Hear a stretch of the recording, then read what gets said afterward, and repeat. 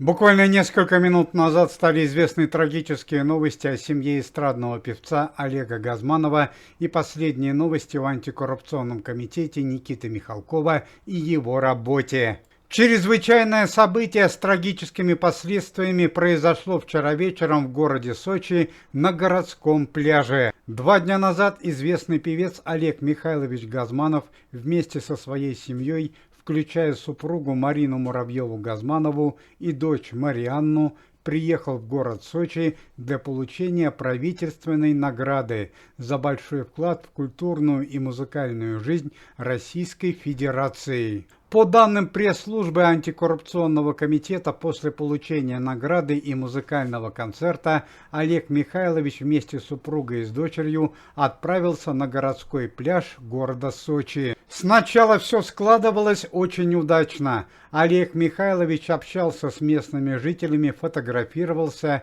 и давал автографы. Однако все кардинально изменилось, когда на городском пляже появилась пьяная компания мажоров, которая вела себя нагло и вызывающе по отношению к жителям и семье Олега Газманова. Чрезвычайная ситуация заключалась в том факте, что предводитель пьяной компании был никто иной, как родной брат известного певца Николая Баскова, депутат города Сочи Сергей Басков. Именно брат Николая Баскова вел себя наиболее нагло и вызывающе. Он приставал к местным жителям, а потом к супруге и дочери Олега Газманова. Последней каплей терпения для Олега Михайловича стал тот факт, что брат Николая Баскова набросился с холодным оружием на известного певца. В связи с чрезвычайностью ситуации Олегу Михайловичу ничего не оставалось, как вступиться за честь и достоинство своей семьи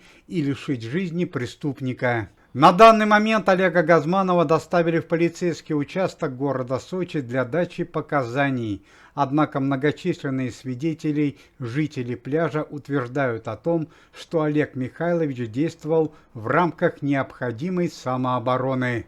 Ну и по традиции последние новости в антикоррупционном комитете и его работе. Команда Никиты Михалкова направила уже второе послание Верховному главнокомандующему Российской Федерации с просьбой уменьшить стоимость жилищно-коммунальных услуг. А Никита Сергеевич и вовсе заявил, что для пенсионеров и малоимущих многодетных семей жилищно-коммунальные услуги должны быть бесплатными. Помимо этого, Никита Сергеевич Михалков и Андрей Ремович Белоусов потребовали подробный отчет, куда пошли финансовые средства антикоррупционного комитета, которые были направлены на увеличение пенсии по возрасту.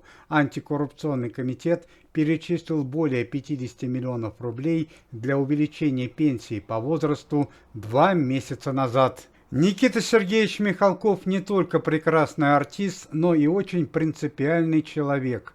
Он отказал своему сыну Артему Михалкову о вступлении в антикоррупционный комитет. Никита Сергеевич считает, что в антикоррупционной организации не должно быть никакой преемственности и семейных отношений, а только добросовестная работа против преступности и коррупции. Пресс-служба антикоррупционного комитета сообщает печальные новости из мира шоу-бизнеса и культуры. Вчера вечером в Москве была экстренно госпитализирована известная советская и российская актриса Наталья Белохвостикова. Причина госпитализации – сильная жара и гипертонический криз. На данный момент состояние артистки средне-тяжелое. В эти дни проходят дни памяти известного советского и российского актера Юрия Соломина. На днях Юрию Соломину могло бы исполниться 89 лет. Уважаемые зрители, если вы желаете выздоровления членам комитета и поддерживаете их деятельность, то можете поставить лайк под видео и написать поддерживающий комментарий.